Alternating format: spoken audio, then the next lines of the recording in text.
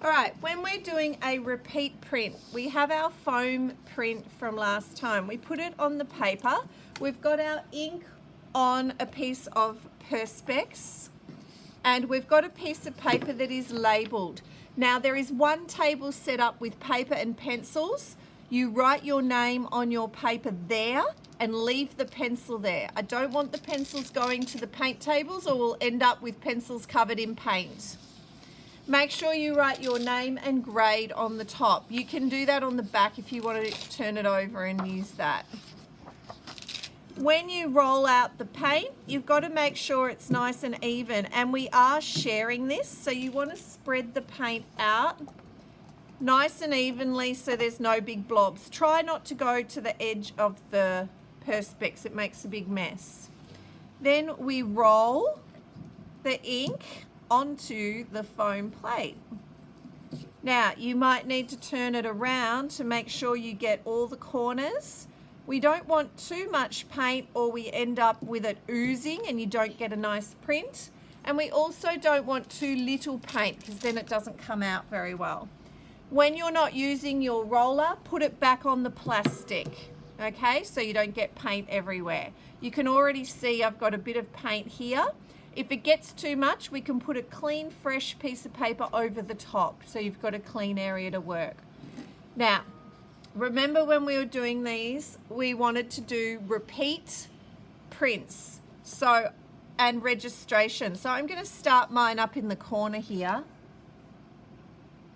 And I'm going to push down and I'm going to rub around in circles. Push quite hard, but I don't want my print to move. Then I'm going to peel to reveal. Oh. And we've got my print. The next thing I'm going to do, waiting my turn because we're sharing the rollers, is I'm going to roll it again and make sure I've got an even coverage. Now this is where the registration and repeat comes in.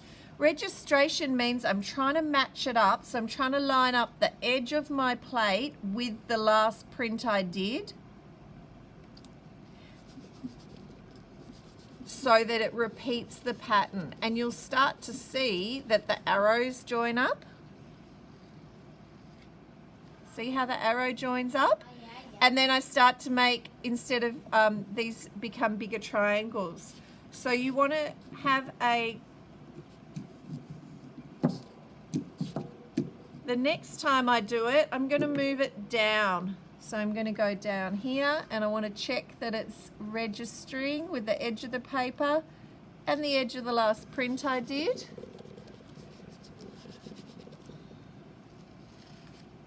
Okay, and you keep going, and here's one that we did yesterday. So you can see that we've actually created the print, goes right across the paper.